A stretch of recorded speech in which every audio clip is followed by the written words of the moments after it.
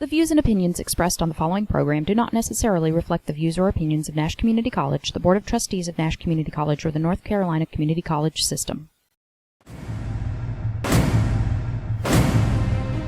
We don't need no stinking podcast. Oh, no. Well, you buy a hat like this, I'll bet you get a free bowl of soup, huh? I'm not wearing hockey pads. I'm gonna make him an offer again. You play ball like a girl! Oh, yeah! Come to play!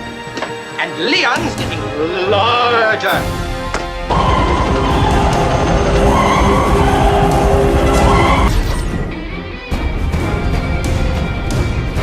Nothing but pure and simple old-fashioned communism. But I was going into Toshi Station to pick up some power converters. Well, thank you very much. Can I be in charge for a while?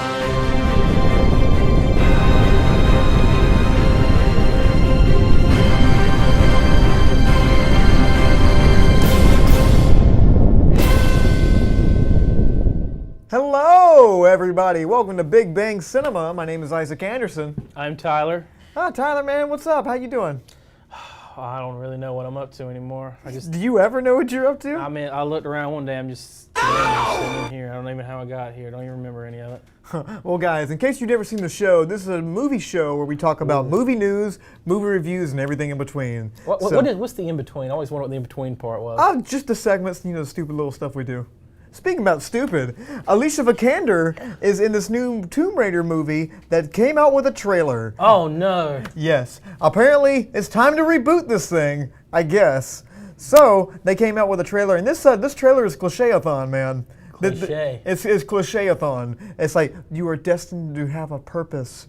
I see so much of him in you. And it's like, I will go on the journey. And it's got the stupid thing in the trailer where it goes like the image goes away and they go do do do do do do do do do do do do do do do do, and it speeds up and it goes Tomb Raider.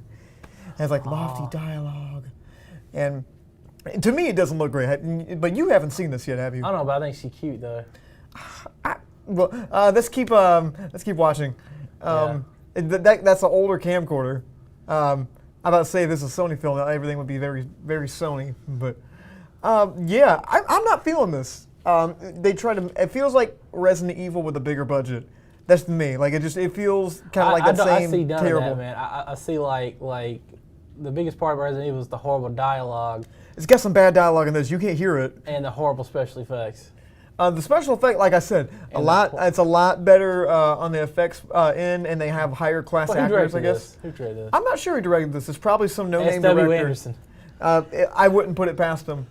Wow. The cinematography is better than those movies, but just it looks like trash to me. It feels like The Mummy meeting National Treasure. I agree with that. Yes, wow, that's like right on the money right there. And it doesn't feel like it's going to connect with me in a certain way, because it feels like, oh, this is just another set piece for action, and I don't think anything's really going to land. But that's just me. But what do you think so far? I think she's cute, but I don't want to watch. Oh, look, she had the little spot thing from the video game. Yeah. I guarantee it's like I've never really played the games past the '90s ones, so I mean I'm guessing it's probably going to be a whole lot of like references to the games, stuff I don't even know. I mean, because they rebooted the whole game franchise.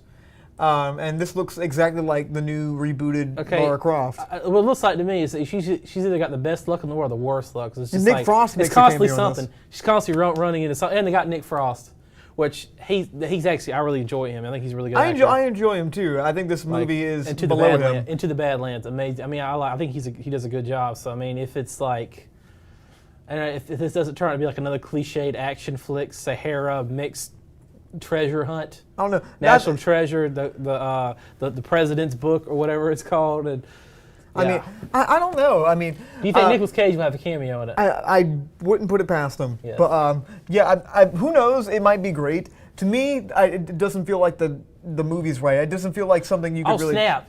That's Terminator. That's that's Lynn Sarah Hamilton. Connor. That's Yeah, Lynn Hamilton. Yeah, that's coming later. But Chris. Oh. It's okay. They're both ladies. Got me excited. I say, but one looks like a war general. This woman looks like she's selling you all natural deodorant at the Whole Foods. Yeah, she does. But yeah, they got the look right. Apparently, I don't. Again, it doesn't matter. What matters is how good the movie is going to be. And I don't know. We haven't really seen too many good. No, Hunter. But you have a microphone on. But it's you already got me off of track, buddy. You're talking about Whole Foods deodorant, how bad it smells. Oh yeah, it does smell pretty bad. Yeah. But yeah, Alicia Vikander is a very good actress. She was in Tulip Fever that we talked about last week. Oh no, you talked about last week. I talked about it last week. Yeah, I sat through that snooze fest. But yeah, she's a fine actress. I think that she is fine. She's a fine actress. I'm not feeling it as much. I'm sure she's a nice lady. I'm feeling it. I'm ready for this. But yeah, guys, if you have any opinions of this, please leave a comment on Facebook. Let us know. But time for this next one. You can pull up Linda Hamilton again. Pull it back up. Let me see her. Do you know she got a twin? She got a twin? She got an identical twin. Oh, it's a Terminator. Kill it. But guys, Linda Hamilton is back in the Terminator franchise for a new trilogy directed by your favorite Avatar man, James Cameron. Okay, hold up a minute. Hold up. I'm really excited about this. James Cameron was one that brought the Terminator, like the big lights, made it one of the greatest movies of all time. Mm-hmm. Terminator 2, like if you see the top 10, like top 50 best movies ever made, it's in that top 50. Terminator 2 is probably one of my favorite movies I've ever seen, just from my personal. I mean, I'm excited for it. I mean, I'm pumped for this because, like, I didn't like to me, the last one wasn't as bad as it wasn't good, but it wasn't as bad as a lot of people claim it was. I don't know about that, man. I throw it right in the middle, man. I'm personally excited because of how unique and interesting the female lead looks. Yeah. Oh, I know. I don't know. She seems kind of robotic in her actions. But I don't know. Linda Hamilton is so iconic in this. She went from being like this really naive kind of, down on the luck protagonist woman in the first Terminator, being thrown into this world that like she just kind of got engulfed with in the second one. Now she's like a really hardened war general, basically. Hold up right now. So it's not going to be the little naked blonde girl from like Game of Thrones again, is it? No, it's going to be Linda Hamilton. No, okay. Maybe she'll play older Sarah Connor, or she'll play like a war general just because. Can I get Chris to do me a favor right quick? Chris, go back to the picture from the Laura Croft movie. It does blend pretty well. Hold on. Just okay. wait. Okay. Yeah. So what are we going here for? Okay. Yeah. Now, she's a lady. To the unique female role in the next movie. Just outstanding. Yes, that is really. I would not mess with this woman. Alicia Vikander, like she's really sweet looking. Well, she had a big stick, and this one's got a machine gun. Yeah, but I wouldn't mess with Linda Hamilton even without the machine gun. She had a Soviet-made machine gun. But you look at her arms, man. No, I'm not messing with her. But obviously now she's she's a little older now, so I think we have a picture of her just a little bit older. She still looks relatively the same, obviously just aged up a little bit. I wonder how they're going to use it in this new trilogy. Like, it's not just one, it's a trilogy. So obviously they got a plan. Maybe. More Arnold? More Arnold? But more Arnold. Apparently Arnold's going to be in this one too. And so is this a reboot, or is it going to be like a sequel to the last one that came out? Dude, I don't know. I mean, very confusing. It's just a new trilogy directed by James Cameron, starring Linda Hamilton and with a Avatar crossover. I don't know. It seems like all his time's going to Avatar though, with his 19 Avatar movies or whatever. 19 Avatar movies. He's putting out a lot, guys. But I heard half of them it's going to be the Avatar, the other half is going to be like the reboot of the Last Airbender. So. Just to kind of even up those rights. Yeah, the Avatar. It's very good. But I mean, he's a great director. I think he got a little bit of his head stuck somewhere up his body that he shouldn't be. Oh no, he was at the bottom of the ocean trying to raise the bar, man. But I don't know. So he's finally back. He's going to raise the bar again. I'm ready for him to raise the bar. He does raise the bar as far as visual effects goes. But Terminator is kind of. I like the practicalness of the Terminator in that first one, like this. You can't you don't see a whole lot of this anymore. And if it was now, he would have like 19 arms and going coming at you. He would be CGI'd. He would be CGI. Granted, he did use CGI before a lot of other people use CGI. He used it in The Abyss. He used it in T2, and it really worked. It still holds up to this day. But now it would just be an overabundance, I feel like. It's going to be everything. They're on a green screen set. There's just things flying around. Ships are just crashing down behind them with fires going, and there's 19-arm Terminators coming at you, and there's thousands of them. And it's just like, ugh, I don't care. You lose me. The simplistic one Terminator going after you is terrifying. Like that's a really scary image in that first movie. Man. It follows. Yeah, but I mean I don't know. This is just my opinion. So my opinion is what? It's awesome. Yeah, well, that's not really an opinion. It's more a fact. Okay, that is a fact. Okay. James Cameron has come home. You know, I'm gonna get a birthday cake made. I'm gonna get some banners up. He's making Terminator again. I'm excited. I've been waiting 26 years for this? 27 years? Wow. 27 years for this to happen? So since you were 46. Since I was 46. 69, still looking good. 69. It's the carrots. I get my carrots in my body any way I can. Oh, well. Speaking about carrots, Darren Aronofsky, director of Mother, wanted to make a Batman Year One film with Joaquin Phoenix. I know it's Joaquin, but Talking about hair lip? no, I'm talking about the famous rapper known as Joaquin Phoenix. Yeah. If anybody has seen I'm Still Here, it's a great one. I don't mind it, but like all the movies he gets praised for, I hate them. I really hate them. Darren Aronofsky or no, him? Joaquin Phoenix? You didn't like Walk the Line? No, I mean past that, I didn't like The Master. The Master wasn't great. I didn't like Her. I liked Her. I could not stand Her. I can't stand Her. I could like. Why not? It was stupid. Stupid. We'll get into that later. But the point was, Darren Aronofsky wanted to make Batman poor. He wanted to make him a very bare bones, essential kind of like principal character. But he didn't want to make him rich. He wanted to make him like going around with hockey pads. And that's an actual quote. He wanted Rorschach. Yeah, he wanted like a. He's just gonna make a Rorschach movie. He wanted a guerrilla style Batman. And, Rorschach. He just wanted a Rorschach movie. And Alfred was just going to be like a mechanic that helped him out. And I'm glad that didn't get off the ground. I'm glad that didn't happen either. But no, you can kind of. I'm like, if this would have happened, I would have lost faith in DC for signing off on this. You haven't lost faith in DC already? No. It's a question of if he wasn't rich, how would he be Batman? Yeah, exactly. I'm about to say, he would just have like the guerrilla kind of stuff because obviously he doesn't have a job. You know, he's so on the he'd be the Punisher. He'd just be the Punisher, but without guns. Yeah, it would be the Punisher. Yeah, the Punisher. What do you think, Hunter? Yeah, it's pretty lame. You want to see a poor Batman? No. No. Do you want to see? I've seen poor people dressed like Batman. Do you want to see a poor Iron Man? No. His superpower is money. Yeah, that is. It really is. Yeah. And I feel like that would take away some of the character. He would still be a vigilante, but it would take on a whole new kind of thing. Granted, it's original. I got to give him kudos for trying to do something original. Like he'd still be a vigilante, but essentially he wouldn't essentially be Batman anymore. Yeah. No. It would just be the name. He would be Rorschach, people. He would just be Rorschach. He won't run around the streets beating people up, poor, doesn't take baths, stinks, kind of crazy in the head, and he gets his tools and help from a guy who actually knows what he's doing. Oh, is this like Crispin Glover in any movie he's ever been in? Yeah, I guess. Oh, wow.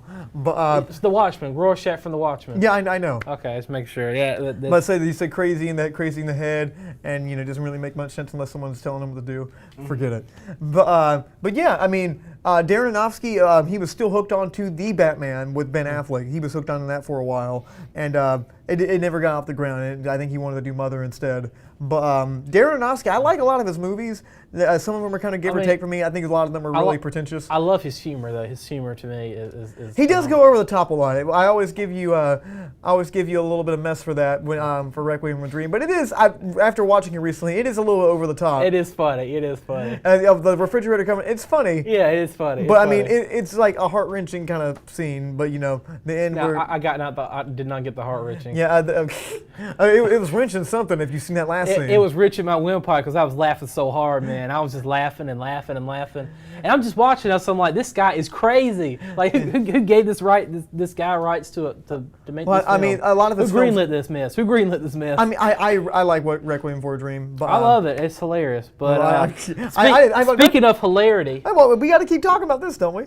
We're done. I mean, you've hit every single angle and possible about Batman. Okay. There's every conceivable reality you've talked about this film. I think Joaquin Phoenix would be cool Batman, though. I'm about to say, now you ruined my carry-on here. I was about to push it into, speaking of hilarity and comedy. All right, let's do it again. One of the best. No, I'm done. Wes Anderson, the director of The Grand Budapest, which to me is one of the greatest films ever made. Hotel. The Grand Budapest Hotel. The Grand Budapest. You just said The Grand Budapest. The Grand Budapest, yeah. And he's one of those directors that you've seen his films, but you don't quite remember his name. Okay. Why are we talking about Wes Anderson? Because he's got a new film coming out called The Isle of Dogs. Ah, there you go. Yeah. And it's got a trailer. Ooh. Yeah, look at that. It's a stop motion movie, actually. Yeah, his stop motion is very well done, too. Yeah, and Moonrise Kingdom, he also directed that. I really enjoyed Moonrise Kingdom. Yeah. But, Moonrise Kingdom have you seen this yet? No. Okay, as Tyler looks at this a little bit, let me describe kind of what's going on. So basically all the dogs in, I believe, Japan have been kind of outlawed, and no one's allowed to have any dogs. They all go to this little trash heap of a place, and it's called the Isle of Dogs. And all the dogs can speak, obviously. And they're all kind of banned there. And a young boy has flew a plane there to try to find his pet dog. And he finds a group of ragtag dogs, and they go on an adventure to go try to find them. And so it was like Watership Down, not Watership Down, what was it called? Plague Dogs. Plague Dogs? Sure. I've never heard of that. You never heard of Plague Dogs, man? It was brutal, animated movie. Oh, well, I've never heard of it. But I mean, it's got very Wes Anderson kind of cues to it with the very center framing of everybody and everything that he wants to have center framed. And the kind of silly plot. Yeah, it's a very, like, we were talking about this before the show, Andrew Small and I, we were talking about this, and it seems like it's very stylistic. We love the style, we love kind of the look, we love the tone. It's a very basic, kind of generic story. Dry humor. Not just that. It's, he's known for his dry humor. So I mean. He's known for his dry humor, and that's great. But as far as kind of the story beats, it's kind of like, you know, it's a very basic, generic kind of story beats, you know what I mean? It reminds me of Fantastic Mr. Fox. Yeah, I mean, same guy. Same guy. Really? Yeah, same guy. And that was the photo we popped up of like him messing with the little fox statues. Okay. Yeah, and so he's got a very good eye for visuals and a very good stylistic kind of taste and tone and story structure. Sometimes he kind of, sometimes they're really basic. Even Grand Budapest Hotel, that's a little bit more complex, I guess. So, I mean, he can get a basic story and like a really basic storyline and make it really, you know. And make it a lot of fun, yeah. Yes. I mean, because all his movies, like, regardless if you don't like his style, you can agree that his movies are a lot of fun to watch because they have such kind of like flair to them. He uses color in a really nice and beautiful way. His framing is like just kind of outstanding. Awkward characters. Yeah, and I mean, it just really kind of shows you his mind and kind of like how intricate and everything is in there. But Edward Norton's in this movie, and of course he's in all of them. Yeah, he's in all of them. Hey, get this. Bill Murray's in it. Bill Murray's in it. Yeah, I could have guessed that. Bill Murray's in it too. Yeah, Bill Murray. Bryan Cranston's in it also. Liev Schreiber, Tilda Swinton, Jeff Goldblum, which I call Wes Anderson #2 because she looks just like Wes Anderson. Well, I mean, most of these are like his usual actors. Yeah, but I mean, just kind of the whole style and everything of the stop motion. We don't really see too many stop motion movies anymore, and it's really kind of a shame because it's a really nice art form, and it's. I mean, the last one they did was Kubo and the Two Strings. Yeah, and I enjoyed the visuals of that. The story wasn't as great, but yeah, I'm really excited to see this. I think it's coming out in March.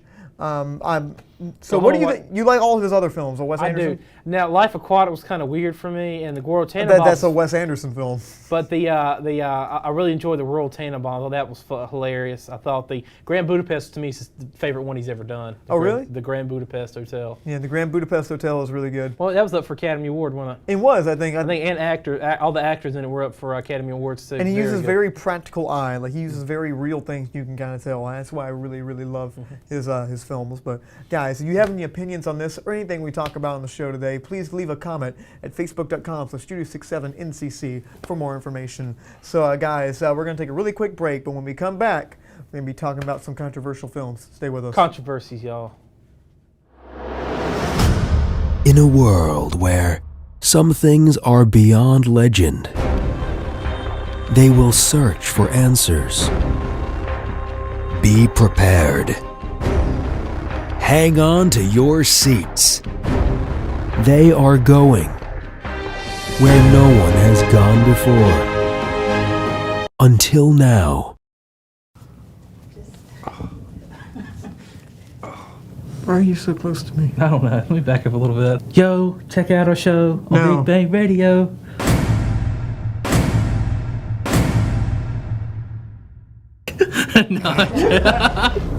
Okay.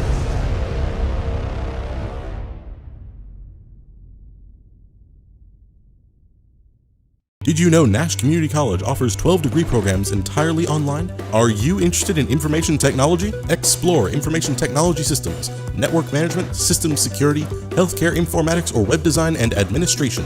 These 2-year programs are only a few of the online associate degrees offered through Nash Online. Students receive the same quality instruction and resources as on-campus students without ever stepping foot on Nash's campus. Learn more about Nash Online today at online.nashcc.edu.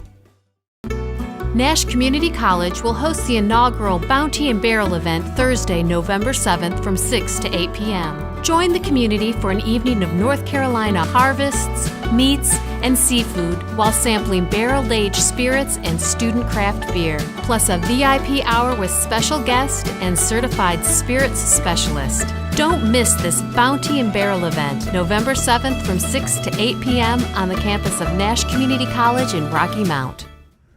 Hey guys, welcome back to Big Bang Cinema. My name is Isaac Anderson. I'm still Tyler. Haven't changed. Ooh. Yeah, I better say last name? Still here.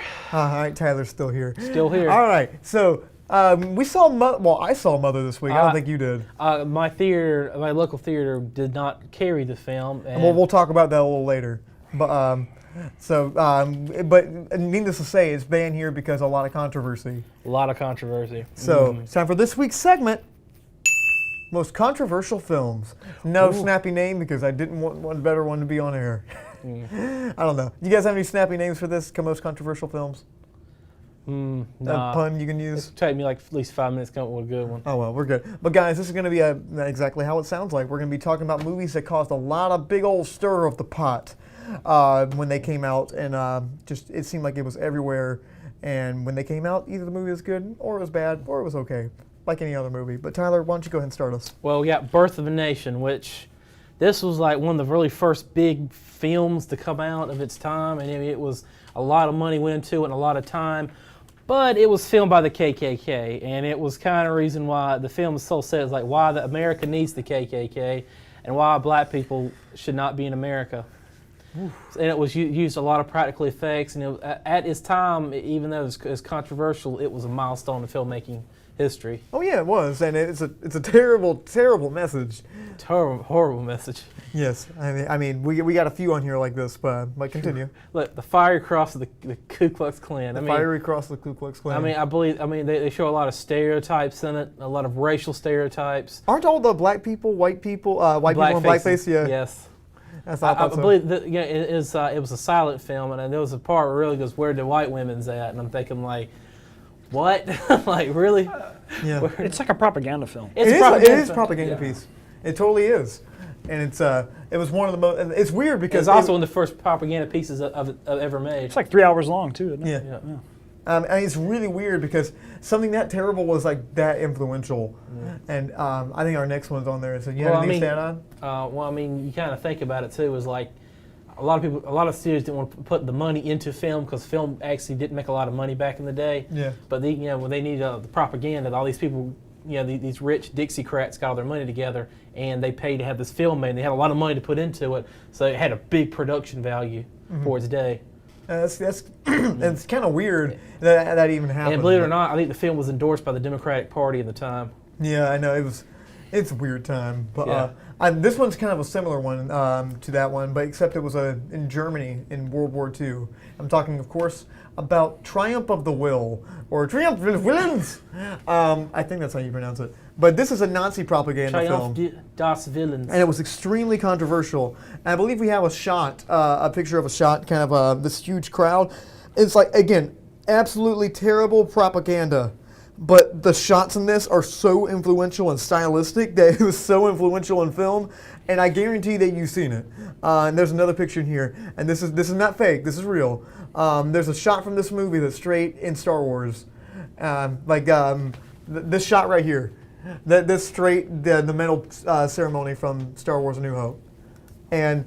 It's weird that that kind of influenced cinema like it did, because it's just straight Nazi propaganda. It's just Hitler speaking. You think about propaganda films had a humongous budget. Yeah. They're state paid for, so they could do whatever they wanted to do. And it's really, really odd that something like that made that kind of an imprint on things like that we watch every single day. So you also think of this day they looked all over Germany to find one of the best filmmakers they could find and put it together. You think the massive budget, and they could hire whoever they want to do the film. So exactly. It's going to be. Well, one of the things that's kind of like also striking about the shots is that they're really cold and imperialistic. So they're often used in a lot of films, but they're used for the villain of the film or the cold, faceless abomination. Even the Lion King, the marching hyenas, doesn't that like I mean, animation it's like come that. from this. But I mean, movie this as is well? like the end of the film where it was like, yay, kind of the cheery moment. I mean, it's just it's a nice looking shot. Everything's perfectly framed. Everything, everything's kind of going right, and everything's kind of a nice mirror. But yeah, I mean, it's beautifully shot. It's like a cinematography wise, it's great. This guy here is like he's wearing a Nazi uniform too. Yeah, well, I mean, the Empire is basically space Nazi, so it kind of worked. Well, But it is yeah, a Disney property. yeah. We have there's another film called Song of the South. That's a real controversial film. I actually I've seen it. And it's not. I really enjoy it. That sounds racist. But why don't you go ahead and take the next one?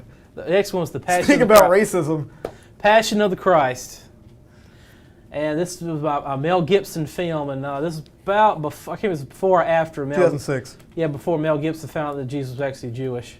Yeah. Yeah. Okay, and it was brutal. I mean, it showed like part of torture, beatings that Jesus went through during the trial and his eventual execution.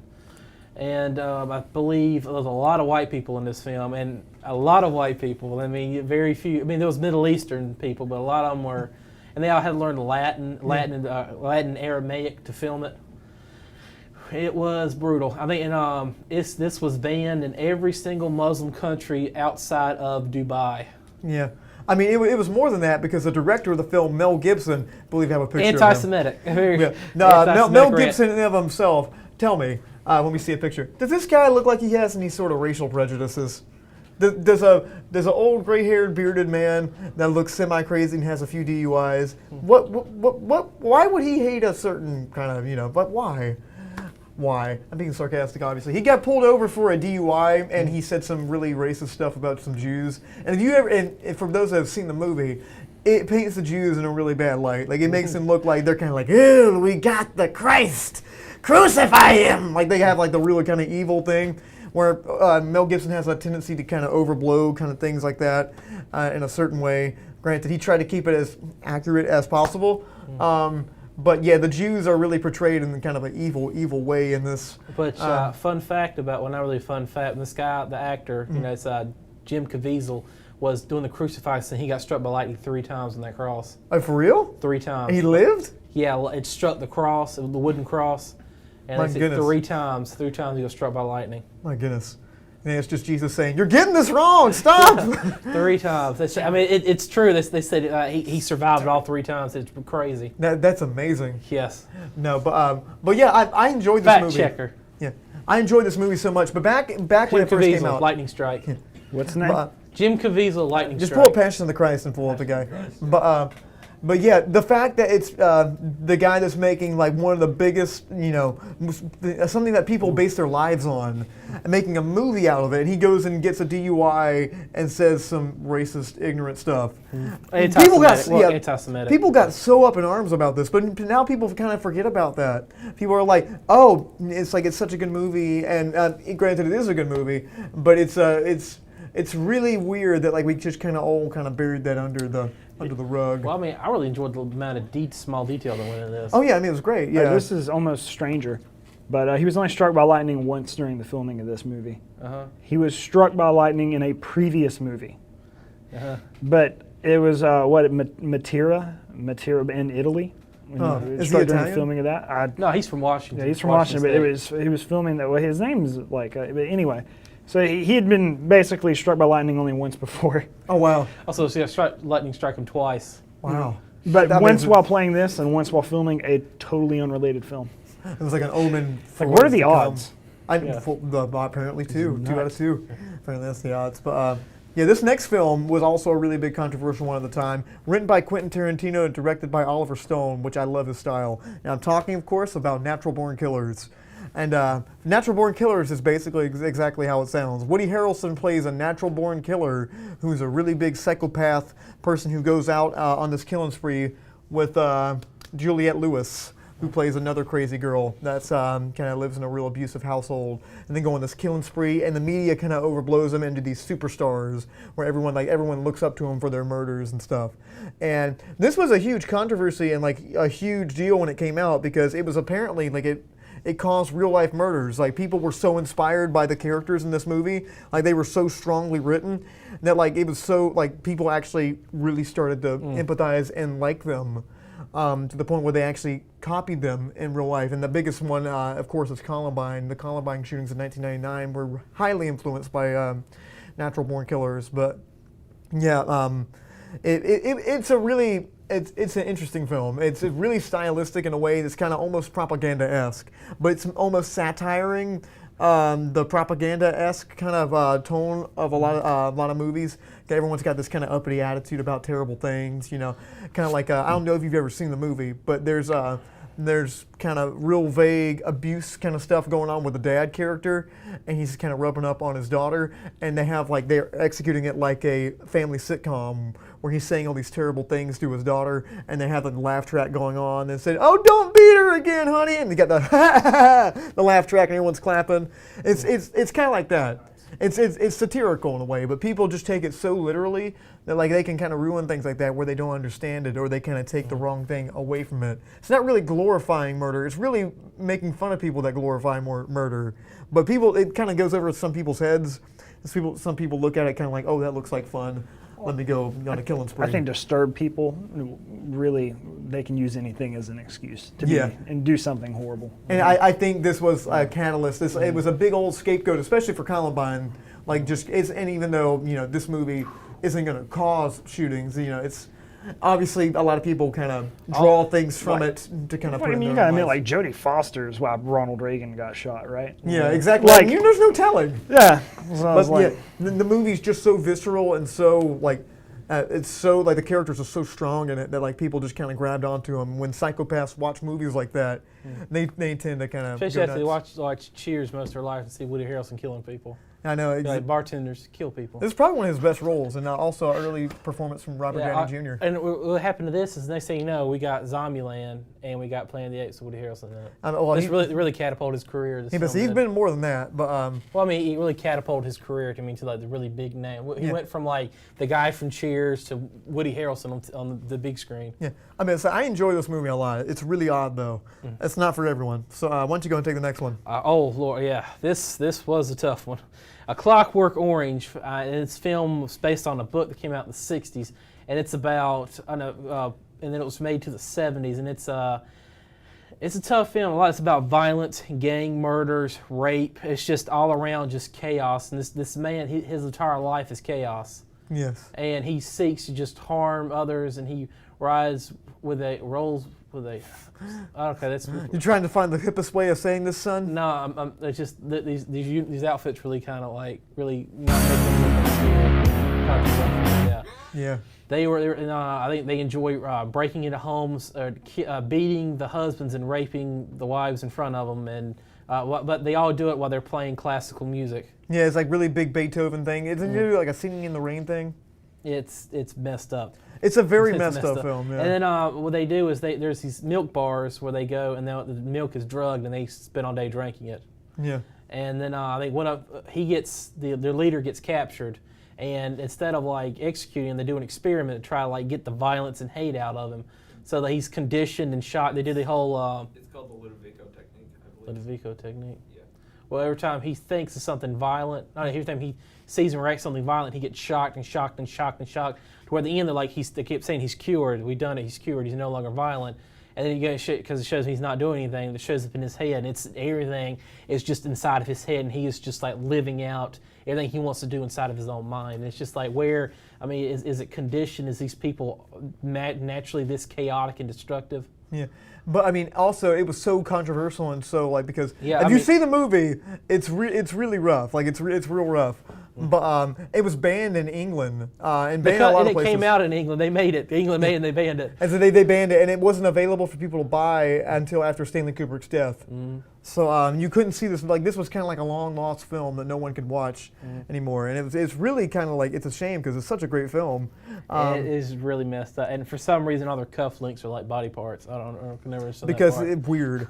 It is weird. But Stanley Kubrick really did have an eye for certain things like this, and his movies are really. And I think the really big part about this is this guy did not have a rough life. He was from a rich family. He did whatever. He went out and just killed people. Yeah, just because he had the pleasure for murder, just kind of like the Woody Harrelson character. You never really learn why he murders people. He just does. Just does it. He was like the ultimate impulsive character. Yeah. Like, you know, there's multiple scenes with him just engaging in like debauchery of all kinds. Yeah. Like he would just do whatever what I impulse. thought, without a second thought, Yeah, just whatever impulse came to him. And I think one of the funniest things is like when he ends up getting sent away, to this facility. The only thing he was worried about wasn't his parents, no friends. It was his pet snake. Yeah. And I thought that was hilarious. Yeah. Yeah. Of all things to be worried about. Of all things to worry about, did you feed my snake? Like, like it's wild. Like, yeah. So this last one actually is a more recent one, probably the most recent one on this list that's been extremely controversial, and I'm pretty sure we all remember it. It's a movie called The Interview, starring James Franco and Seth Rogen. And if you've never heard it or seen this movie, it's basically about two journalists and a journalist and a television personality, and like basically his producer journalist kind of guy. They go to North Korea to go interview Kim Jong-un because apparently he's a really big fan of their show. Spoilers, they're idiots. Spoilers, they're idiots. Well, it turns out Kim Jong-un's kind of a fun-loving guy. But he's kind of got a real dictator side to him, obviously.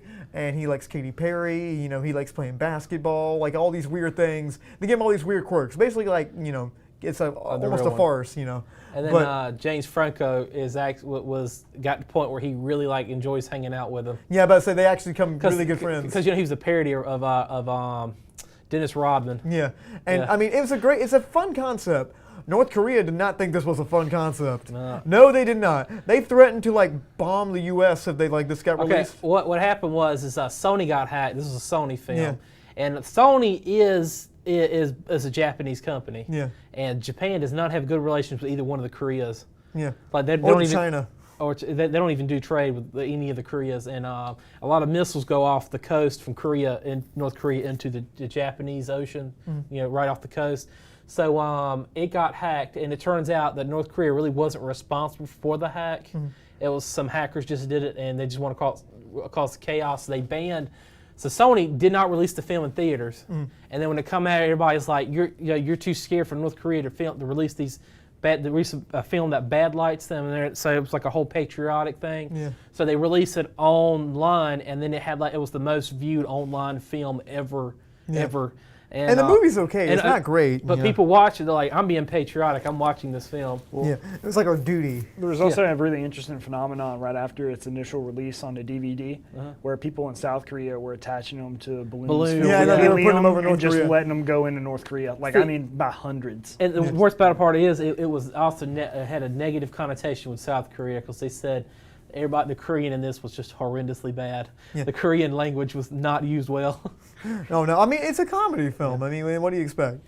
But I mean, it's an all right film. If you ever want to see it. But it got so much controversy around it, to the point where America was going to get attacked.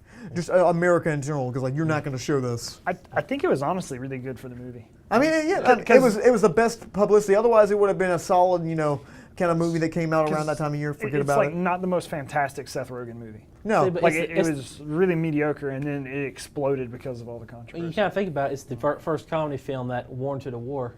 Yeah, he really did. Yeah, it was warranted a war, so it's pretty crazy. But guys, thank you so much for watching so far. If you have any questions, concerns, or opinions on anything that we've talked about, please leave a comment at facebook.com. So Studio67NCC. We would love to hear what you guys have to say. Thanks for the rubber band, homie. I love you. Do you think that Woody Harrelson should try to reboot Cheers?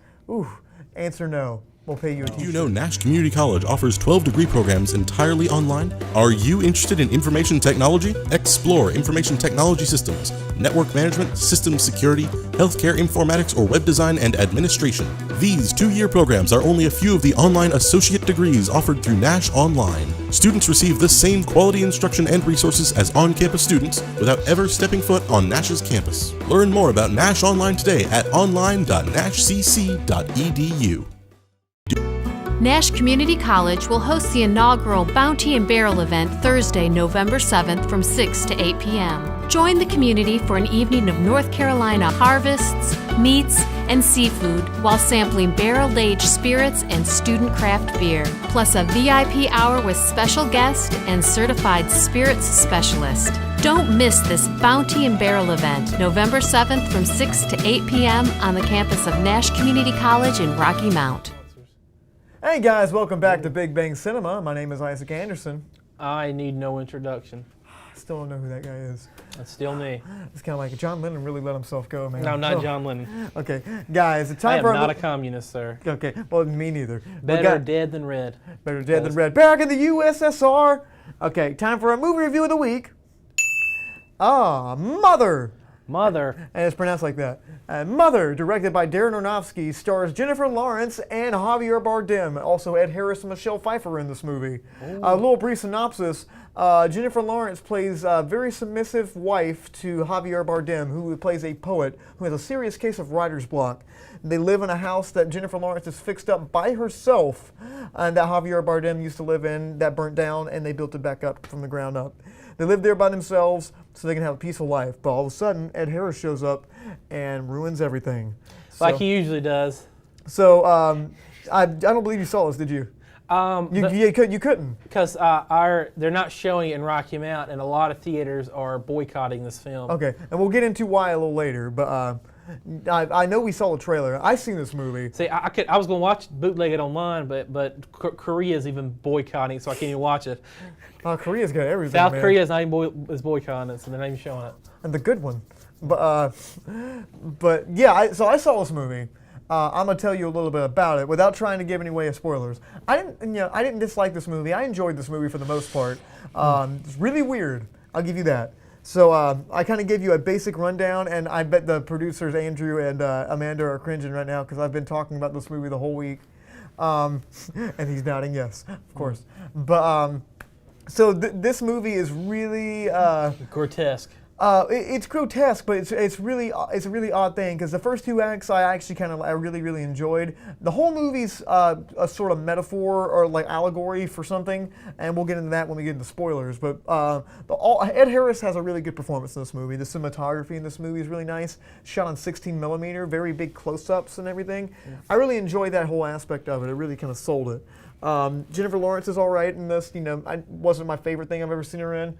Darren Aronofsky's direction was really interesting. A lot of the very subtle details, the color in there. I really like the way he does that. Javier Bardem plays a guy just credited as him, the poet. He's really good. He plays those really kind of creepy, maniacal-looking kind of guys really well. Girls. It was kind of different to see him as just kind of a husband character, just straight-up husband. But it's a little bit more than that. So Ed Harris kind of shows up. And automatically you kind of see all these little symbols and like all these little metaphors for things, and I kind of caught on to it. I'm like, oh, they're doing this. And it only gets more heavy-handed after that. Michelle Pfeiffer shows up, who is Ed Harris's wife in the movie. It gets a little bit more, they beat you over the head a little bit more. But still, a lot of the stuff in the movie I really enjoyed. It felt really tense at times. It's very symbolistic, but it comes to a point, it's like the second act, things get a little bit crazier. The third act, it just goes off the rails, like just on a crazy train. On a crazy train, do. But it's really, really strange, and it's kind of hard to talk about this without going into spoilers. So if you don't want to get any spoilers, now would be the time to kind of mute the thing. You can watch my hands. I don't want no spoilers. Oh well, you're gonna hear it. Okay. Okay. So the whole movie is basically a metaphor for the Old Testament and the New Testament kind of thing. It's a basically kind of using the Bible as kind of like using it as a metaphor for certain things. Ed Harris is supposed to be Adam. Michelle Pfeiffer's Eve. Yeah, obviously. And she's gonna guess she's Earth. Yeah, well, she's Mother Earth, and he's God. And the poems he writes are the scriptures, basically. And Ed Harris and Michelle Pfeiffer go into Javier Bardem's study. He has this crystal in there that says, like, that's his crystal, never touch it. And they go in the study and they break the crystal on accident, which is like when they bit off the tree of the knowledge of the good and evil, Adam and Eve. Javier Bardem freaks out. The wrath of God kind of gets leaked out. They go downstairs. Now, when you think they'd be crying and some of them, they're hooking up in the bathroom or something like that. And it's really odd, kind of saying like they're still living in sin. And their two kids come there, played by the Gleason brothers, Donald Gleason and whatever the other one's name is. One of them gets killed with a clock, a la Cain kills Abel with a rock. So, and there's blood on the ground, kind of like, saying the earth is obviously stained. More people come in saying, like, there's more people, like, populating the world. It's, more sins coming in. The world's getting wrecked. And the third one, Jennifer Lawrence winds up pregnant with a baby. And it's really weird the way that happens, too. Like, they do what you do to have a child, and so she wakes up literally the next morning. She goes, "I'm pregnant," and I'm like, "Wait, what?" Like it happened so fast. It was like my girlfriend. Dang, man. Yeah, but it was really Darren Aronofsky. He's like, "How do you know?" It's like, "I just know." I'm like, "Okay, whatever. That's part of the movie." I ain't giving her no money. I tell you that right now. No, they're married. Well, it only gets weirder. So she's pregnant, and so they skip ahead about 9 months, and he has this new poem that he writes, and she's like, "Oh, it's beautiful," and he's like, "You're the inspiration," and I think that's supposed to be the New Testament. So the publisher calls, which is kind of weird, like just because he just wrote the poem, now his publisher's calling. It's like a 5-year-old wrote that scene. It's weird, but so they get to the third act of the film. I'm gonna try to rush through this real quick because we still got one more thing to talk about, and we'll just go straight through it. But they get to this dinner that Jennifer Lawrence has prepared just for herself, Javier Bardem, and their publisher, played by Kristen Wiig, which is another weird choice to see her in something this odd. But so Javier Bardem opens the door, and there's just like people coming in. It's like, you're inspiration. He's like, I live my life after your stuff. I'm like, okay, now they're really hitting us over the head. I'm like, it's the Bible. I get it. And so Javier Bardem's like, oh, my adoring fans, come in, come in. So all these people, like literally hundreds and hundreds of people come out of the woods into this house in the middle of nowhere, and they start coming in the house, and everyone's and they set up a table for Javier Bardem, and he's signing autographs now, and everyone's like, oh my goodness, the inspiration, let's get you in a picture with Javier Bardem, and everyone's pushing Jennifer Lawrence down. She's kind of freaking out. They eat all the food that she left on the table for the publisher, and things just start getting nuts. And point I'm trying to say here is she has a baby, and they eat the baby. And it's really odd. But it was very metaphorical. It felt very pretentious. I could tell. It's extremely pretentious, but as far as just a psychological horror movie, you kind of take that out. I really kind of enjoyed it for the most part. I get really caught up talking about it, but I didn't hate this movie. I did think it was really pretentious, but overall, it's interesting. Not one of Darren Aronofsky's best films, but it's worth a watch if you want to see something kind of. Oh, you want to see a baby getting eaten? I didn't want to see that. I didn't expect that. I'm gonna give this movie a 6 out of 10. So I get it a 6 out of 7. So the poet's God. The poet's God, yes. Then who's his producer? The Holy Spirit. That's a good. Well, let's see who produced this film. The poster's up here. It doesn't say. It's just Darren Aronofsky wrote and directed it. But there's a lot of little symbols in there that's really odd. But so we talked a little bit about Darren Aronofsky. Did you ever mention what the poetry was supposed to represent? Or it's the Old Testament, the New Testament. The publisher. The publisher? Yeah, the publisher. Oh, the Holy Spirit. I don't know what the publisher was supposed to do because about halfway through the third act, she puts bags over people's heads and shoots people in the head. It's really weird. I'm not kidding. This stuff happens in the movie. I get that eating the baby's like the crucifixion, right? Yeah, it's like communion. Yeah, it's like the communion. About halfway through the third act, Kristen Wiig puts bags on people's heads and shoots them, and then she tries to kill Jennifer Lawrence. I don't get what the purpose of the producer is. She's the devil. She's the devil. I don't know. She's like the book publisher. I don't know. That some seems things don't add up in this film. Yeah, that seems kind of random if the rest of it's a metaphor. Yeah, it's just. I mean, literally, they have shrines to Javier Bardem in the house. People are having the ashes put on their foreheads. Now there's wars being fought in the house, and there's prisons, and they're crowd surfing the baby, and they snap its neck, and then they eat it, and then they burn down the house, and there's an oil barrel in the bottom of the house for some reason. Hold on a minute. So wait, wasn't the house burned down in the first place, and she rebuilt it? No. Is it like a loop where it's a loop. It keeps happening. Yeah. Yeah, I forgot to add that part. So it's also about reincarnation.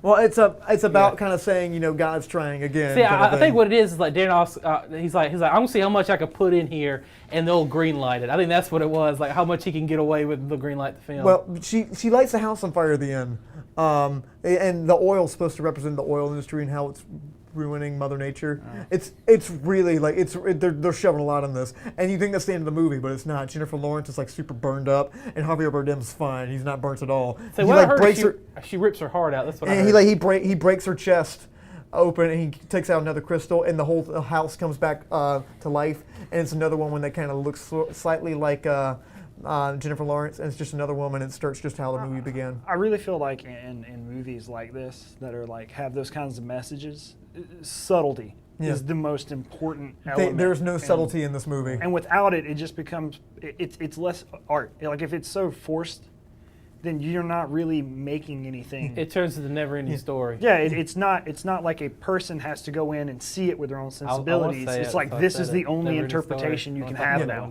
Well, that's not art to me. And that's the biggest thing. Darren Aronofsky's been really big on trying to go around and explain this movie to people because it's gotten such bad backlash. I feel like he shouldn't have done that. Like he kind of leaves us open to people's interpretations. It's good to have a set meaning. Well, I mean, I think the biggest thing was there's a baby getting eaten in there. I mean, that's like the biggest. But I mean, that's not the worst thing that happens in this movie. It's weird stuff happening throughout the movie. That's the most shocking. Yeah. But yeah, it's worth a watch. It's really weird. There's a lot of meanings in it, but we could talk about it all day. But there's also another Darren Aronofsky movie I wanted to talk about that I saw recently. Is the other bad one? Is it The Fountain? It's one of his weaker ones, but I saw it. I just want to talk about it with you. Is it The Fountain? It's The Fountain. Yeah. The Fountain is a movie starring Hugh Jackman and Rachel Weisz. Came out in 2006. Weisz, whatever. Weisz. What? Rachel Weisz. Rachel Weisz. Sorry. Well, I know she dated Darren Aronofsky before Jennifer Lawrence did. But so the premise of the movie is. Wait, she dated Jennifer Lawrence? No, she dated Darren Aronofsky. Okay. Before Jennifer Lawrence did. All right. But the premise of the movie is Hugh Jackman is his doctor, and his wife is Rachel Weisz, and Rachel Weisz has cancer, and it starts coming back. Weisz. But and the cancer's starting to come back, and she wrote this book called The Fountain, and she wants Hugh Jackman to read it. And the book's kind of about trying to find the tree of life in the Garden of Eden, wherever that is, and they can't find it. What I saw it, and what I got from it was like, I think it was like a conquistador or something. Well, that's the book. Like that's the book she wrote. And then I think it shows him like in the future, and I think he's got a tree inside of a globe, and it's like flying through the universe, and he eats like the bark on it, and he is like. Well, because like immortal or something, and then he gets like he's going to Xibalba, which Xibalba is the underworld, and the Aztec underworld, that's where the whole fountain starts over there, and he's a conquistador in South America. And then before it happens, I think it goes supernova, and then like wipes him out. And then I think like if I can remember, like she appears as like a ghost or something, and hands him like a seed. And then the doctor like goes back in time and like hands him the seed, and that becomes the tree. And then eventually he's going to decide the globe and fly around the universe in it. I told you he's a funny filmmaker. I mean, he's not trying to be funny, but it's just stupid that it seems funny. Some of the things don't add up in the movie. Yeah, it doesn't add up. He is flying around the magic snow globe, but it's supposed to be the tree of life, but it's dead. And the tree's supposed to represent his wife, and he eats the bark off of it, which is trying to metaphoricize, kind of saying that he's like basically eating away at his wife, kind of like he's the reason that she's dying as much as she is. Well, what I got the feeling is like there is no metaphor in this. He just like went out one night and just got drunk off his mind and wrote this, and then decided to make a film out of it.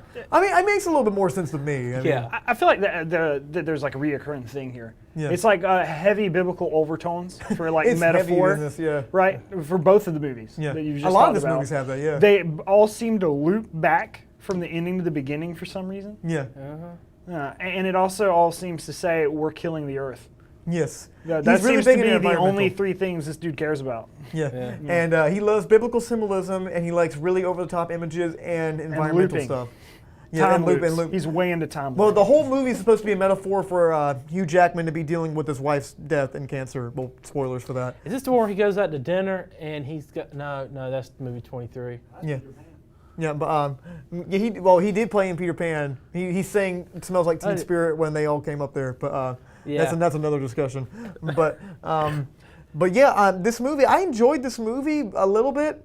It was really kind of confusing, and a lot of things didn't add up. The whole snow globe and the going to the space. I thought it was funny because I feel like he throws as much crap inside of his films as possible, and to see how far he can push the envelope till they're not going to greenlight it. I think that's what he does. I think that is just how much you can get on film without studios saying that's a bad idea. I mean, I really think he just pushes the envelope. This one pushes the envelope a little bit. It's really schmaltzy at times, you know. The scene where Rachel Weisz, spoiler alert, dies, and the bed, and he just figured out he's operating on a monkey, and he has this tree, which is supposed to be like the tree of life, basically.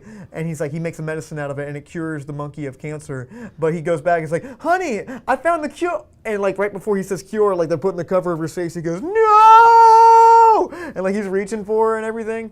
That part, I mean, it's really sort of over the top. And in the book, his wife's like, you have to finish this book because I'm going to die before I finish it. So he kind of imagines that the place she stopped off at, this Mayan, I don't know, officer. Man, let's just leave it there, man. This movie is ridiculous. Well, I got to talk about what happens at the end. I mean, I told what happens at the end. It goes. It's more than that. It goes supernova, and she hands a seed off to like his past self, and that's where he plants it and cures the monkey with it. Well, yeah, that's how it ends. That's kind of where it is. This movie's ridiculous. Go ahead, say it. This movie's ridiculous. It's ridiculous, but I got to talk about when he finds the tree of life. So he finishes writing the book, which might or may not have happened, and he slits the dude's throat that was gonna kill him, and he gets the tree of life, and he like knocks it and like drinks the sap, and then he turns to a bunch of flowers, saying he gets consumed by life. So that's Darren Aronofsky for you. Okay, guys, thank you so much. We wasted enough time talking about that. Thank you guys so much for watching us. Next, we've got a very interesting film I'm looking forward to called The Kingsman: The Golden Circle, directed by the new director for Superman, Matthew Vaughn. Yeah, I know. I'm really excited about that. I enjoyed the first Kingsman. But Hunter, thank you so much for being on as always. Chris, you're here too. Thank you. I'm just kidding. We enjoy having you two here, We didn't do the Nolan face, did we? We'll do that next week. Okay. We don't have time now. But guys, thank you so much for watching. We do appreciate it. I'm Isaac Anderson. I am Tyler. Stay lovely. Oh my gosh.